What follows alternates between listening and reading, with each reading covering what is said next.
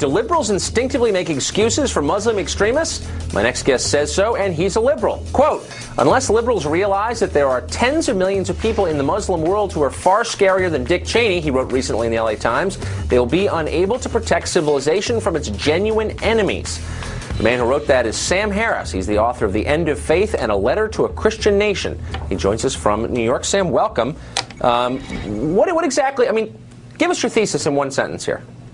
Well, I'm arguing against dogmatism, really, and there is a liberal dogma which suggests that if the poor people of the world were simply treated well and given enough economic opportunity, they can be guaranteed to be reasonable and tolerant. And that's clearly not true. We are facing in Islam a kind of death cult.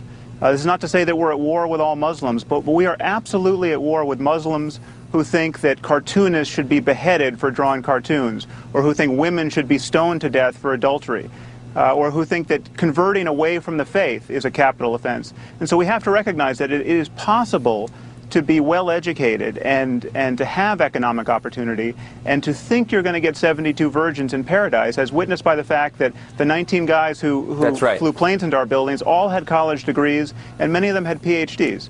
That's exactly right. I mean, and you don't see a lot of terrorists coming out of Burkina Faso, right? Or, you know, the poorest places in the world are actually not spawning terrorism. It's Western Europe. No, and there are a variety of studies that back that up, that show that support for suicide bombing, for instance, actually goes up as you correct for literacy and education and economic opportunity. I completely believe that, absolutely. No. But back to the West and our reaction to this, and this weird masochism at the center of our society, it seems to me. Why is it, for instance, when cartoonists in Western Europe are threatened with beheading, that some in our country, and I have to say they tend to be liberal, seem to make excuses for the people threatening violence against the cartoonists, or the people threatening violence against the Pope, or the people who are basically against free speech? Why are liberals in this country seem to be on their side? I don't get that at all. Well, it's interesting. I think liberals, almost by definition, don't know what it's like to really believe in God. They don't know what it's like to be sure that the book they keep by their bedside is the literal word of the creator of the universe, and that death is merely a passage to an eternity of happiness. And so they find it very difficult to believe that anyone actually believes this stuff and is motivated by the content of their religious beliefs. And so liberals, when they see the jihadist look into the video camera and say things like, "We love death more than the infidels love life," and then he blows himself up, it's the liberal in our society, the religious moderate or the secularist, who is left thinking that's just propaganda, that's not really why he blew himself up, whereas our own religious lunatics, quite frankly, are in a better position to understand that people really do believe these things. The irony for me it has always been that, you know, if the jihadists ever took power in this country, the first people who would be rounded up and executed, probably slowly, would be liberals, would be secularists, would be gays, would be the very same people who are always making excuses for radical Islam. It seems like almost like masochism to me, or self-hatred or something.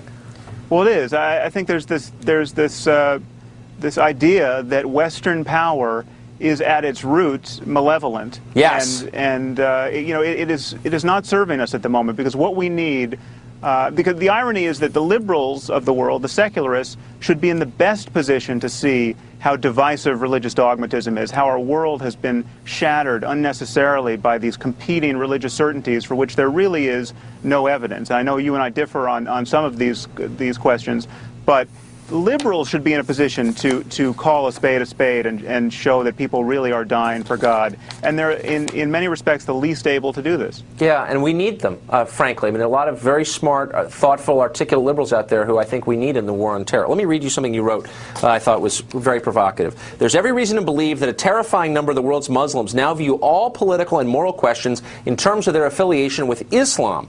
This leads them to rally to the cause of other Muslims, no matter how sociopathic their behavior. The point here is that you're making, it's not just a small percentage of people who've gone crazy, it's a large number of Muslims around the world who are sympathetic to these acts of craziness. Is that what you're saying? Yeah, we quite frankly don't know what percentage it is, but there's every reason to believe that it's a percentage that, were we to learn it, would terrify us. It's not 1%, it's not 0.5%. Even if it were only 1%, you're talking about 14 million people, and I'm sure it's an order of magnitude or more beyond that. And that is troubling, because this religious solidarity, this reflexive identification with a religion, no matter how ill-behaved its adherents, that is really running the possibility of a global civilization into the ditch, because we have to be identified as human beings first. We can't be Christians against Muslims against Jews. Amen. Amen. Sam Harris. I disagree with a lot of things you say, but I think you're a very brave man and very smart. Thank you for having me on.